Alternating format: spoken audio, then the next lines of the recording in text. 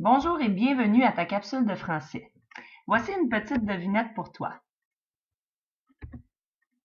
Je suis un mammifère carnivore. Je suis africain. Petit, j'ai l'air d'une peluche. Adulte, je deviens nomade. Mes yeux sont jaunes.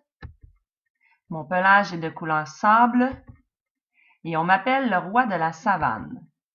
Qui suis-je? Bravo, il s'agissait bien du lion. Quel mot ou quel groupe de mots t'ont permis de trouver la réponse?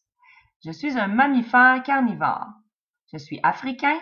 Petit, j'ai l'air d'une peluche. Adulte, je deviens nomade. Mes yeux sont jaunes. Mon pelage est de couleur sable et on m'appelle le roi de la savane. Tous les mots qui sont en rouge ou encore les groupes de mots qui sont en rouge sont des GN ou encore des adjectifs. Ce sont eux qui t'ont permis de trouver la réponse.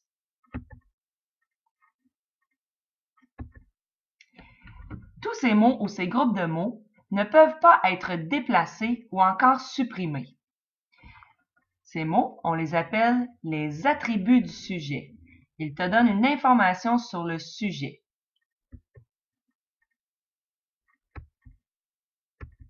Alors, on ne peut pas les déplacer et on ne peut pas les supprimer. Tous ces mots ou ces groupes de mots, qui sont des attributs du sujet, peuvent être remplacés par le mot « ainsi ». Je peux dire « je suis ainsi »,« petit, j'ai l'air ainsi »,« adulte, je deviens ainsi »,« mes yeux sont ainsi »,« mon pelage est ainsi » et on m'appelle ainsi. En bleu, entre parenthèses, on peut voir l'attribut du sujet qui peut être remplacé par le mot « ainsi ».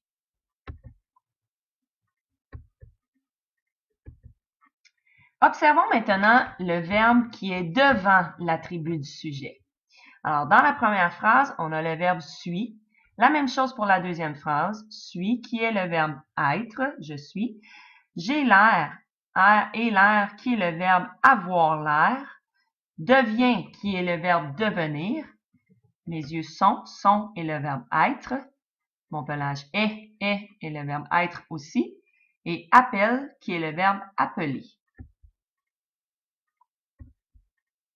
Les verbes qui introduisent les mots qui sont en rouge, qui sont appelés les attributs du sujet, on les appelle les verbes attributifs.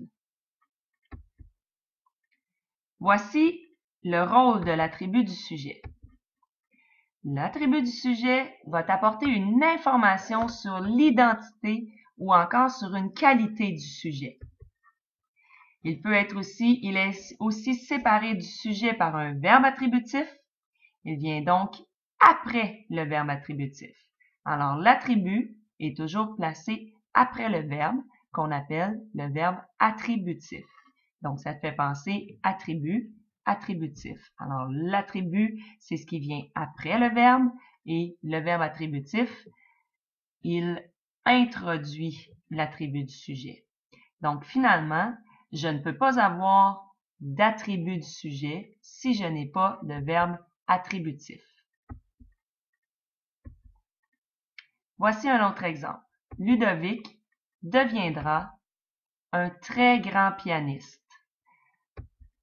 Le sujet est Ludovic, puisque l'on peut dire c'est Ludovic qui deviendra un très grand pianiste. Le verbe attributif est deviendra, qui est le verbe devenir. Et ce qui vient après le verbe attributif, on appelle l'attribut du sujet et le groupe de mots plutôt un très grand pianiste. Comment savoir si un verbe est appelé un verbe attributif? Ce n'est pas tous les verbes qui sont considérés comme des verbes attributifs. Alors voici une liste de verbes attributifs que l'on retrouve le plus souvent. On a le verbe être, paraître, sembler, demeurer, avoir l'air, rester, devenir, passer pour, vivre, appeler, mourir, tomber. Alors, ce sont les principaux verbes attributifs que nous allons voir en 5e année. Alors, au cours de la semaine, tu devras apprendre les verbes attributifs. Regarde bien en classe, il y a une affiche qui comprend les principaux verbes attributifs et je t'invite à revoir la capsule afin de les apprendre.